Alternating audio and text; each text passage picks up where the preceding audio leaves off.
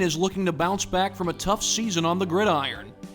They finished last season at 0-10, but the Generals have their sights set on improvement this year. We want to bounce back officially. We want to come back and win the SAC. That's what we want to do.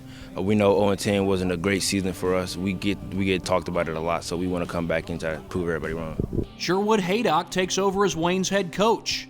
He has been a head coach for over 30 years, having won a semi-state title at Woodland and a state championship at Harding.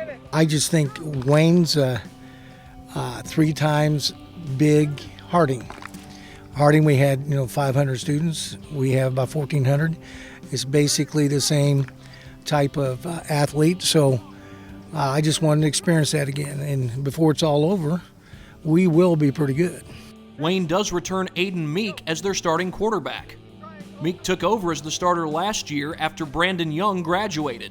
Though the team will run a new offensive scheme this year, Meek has seen himself grow in several areas during his high school career. Just getting used to the system from last year and now this year, and getting used to the timing differences and how fast the speed of the game changes going from JV to varsity. One receiver Meek has some familiarity with is senior Cam Toles. He was one of the Generals' top receivers a year ago, averaging over 11.5 yards per catch.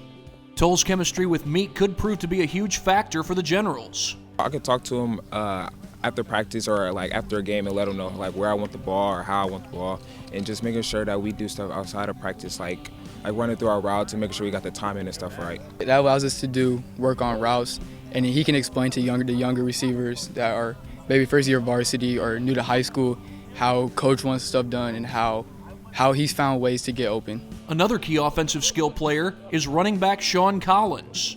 Collins split carries with Keshaun Fields last year, averaging 6.8 yards per carry and scoring 5 touchdowns. I say I've grown tremendously from last season. Coming from a sophomore starting varsity and coming back to start varsity, I've improved tremendously coming from being only 15 years old, not knowing nothing about varsity football, to coming and knowing a lot from now.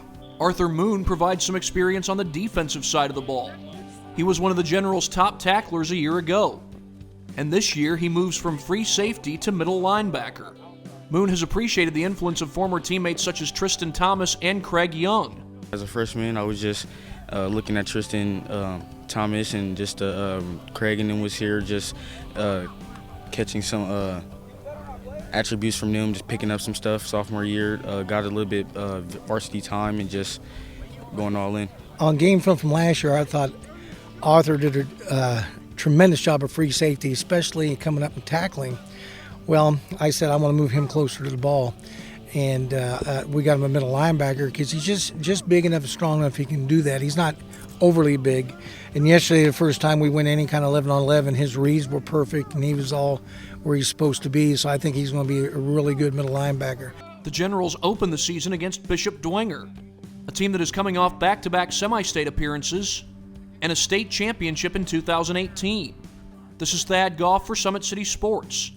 The Generals opener against the Saints is scheduled for Friday, August 21st.